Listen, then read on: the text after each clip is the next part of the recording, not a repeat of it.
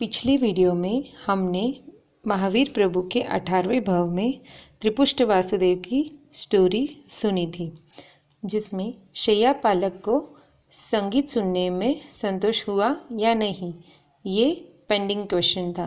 तो अब जानते हैं इसके आगे की स्टोरी।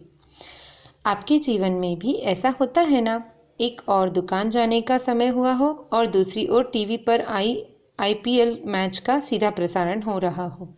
आपने सोचा 2 ओवर देख लूं और फिर चला जाऊंगा दुकान। तो क्या 2 ओवर देखकर आप खड़े हो जाओगे?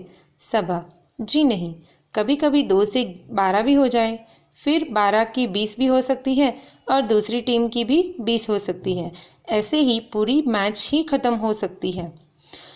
इस बात से कम हमें इतना तो समझ लेना चाहिए कि इंद्रियां जीव को गुलाम बनाती हैं। इंद्रियां मानो जीव को कहती हैं, तूने भले तय किया कि 2 ओवर होते ही खड़ा हो जाऊंगा, परंतु अपनी इच्छा अनुसार कार्य करने के लिए तू स्वतंत्र कहाँ है?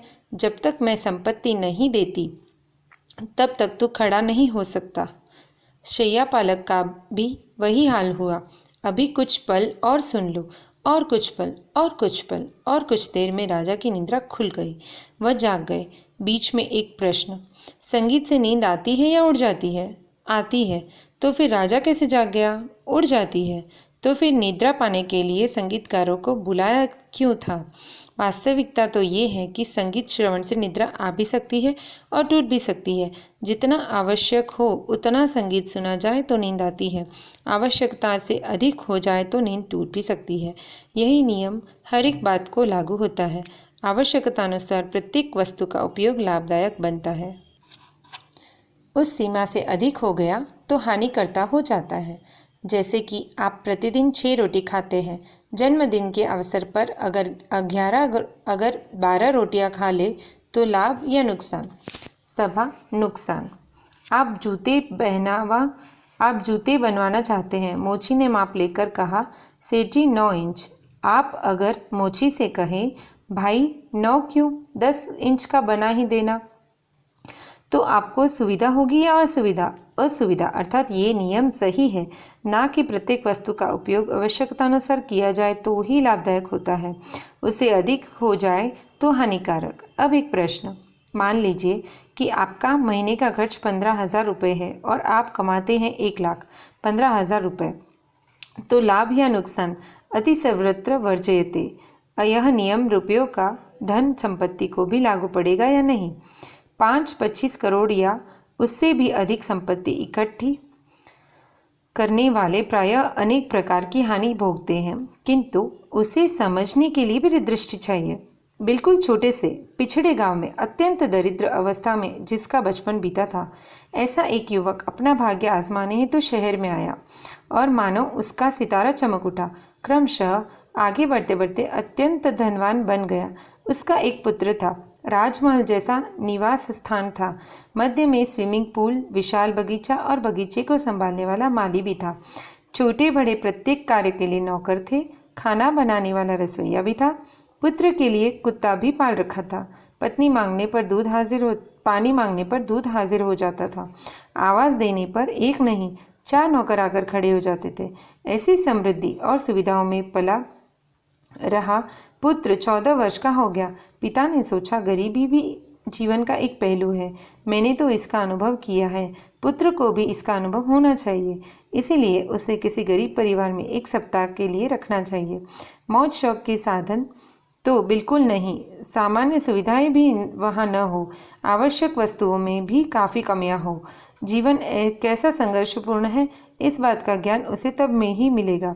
अपने ही गांव के एक परिचित गरीब परिवार में उसे छोड़ा है। जंगल के छोर पर नदी के तट पर बसा हुआ वह गांव अत्यंत छोटा था। संदेश व्यवहार के भी कोई भी साधन वहां उपलब्ध नहीं थे। सप्ताह बीत जाने पर पिता पुत्र को वापस लेने उस गांव गए। पुत्र ने पूछा, बेटे तुझे यहाँ अच्छा लगा?